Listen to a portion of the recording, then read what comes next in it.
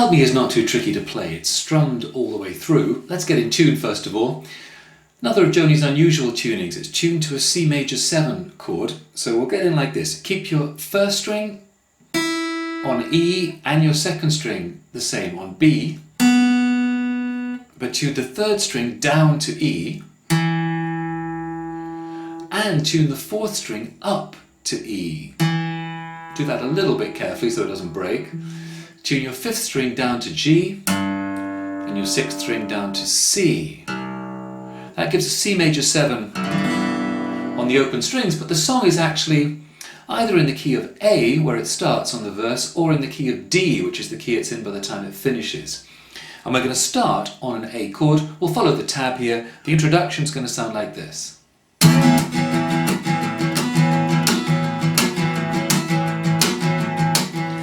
That's one of Joni's favourite accompaniments. Let's deal with the right hand first of all. We're going down, up, slap, slap. And slap is this karate chop heel part of your palm hitting the strings or landing on the strings before the pick does, so that the pick hits dead strings. And it doesn't matter which of the strings the pick hits. It doesn't need to get every string, just get that percussive sound as the pick hits strings that are muted by this part of your hand.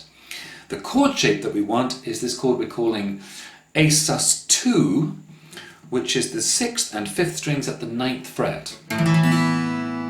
There's that chord. And if you want to get it exactly like Joni, she starts off by strumming down, up on basically all the strings, down, up, slap, and then she starts to strum just from the sort of the bottom 3 or 4 strings, which is technically the chord of A5. You could strum all the strings all the way through,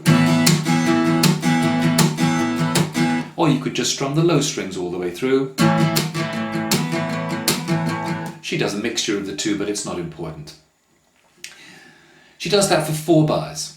1 on 1 and 2 and 3 and 4 and 1 and 2 and 3 and 4 and 3rd bar and 4th bar. Then the slap part of the accompaniment stops, and keeping on the same chord, she goes into this kind of pattern. Down, up, bass, up, down, up, bass, up.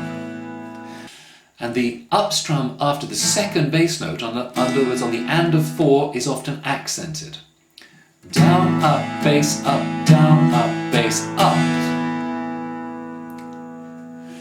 Okay, any kind of continual pattern on downs and ups, 1 and 2 and 3 and 4 and, is going to sound good.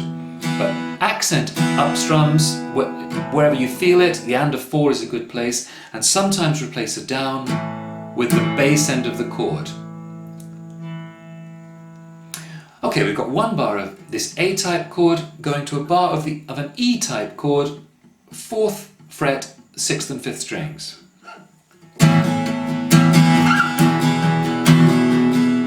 It's going to be the same strum pattern throughout the song now, really. Help me, I think I'm falling. Now we get the first of many bar chord bars here. But a 1 finger bar of the 7th fret. It's called G major 7 on your tab.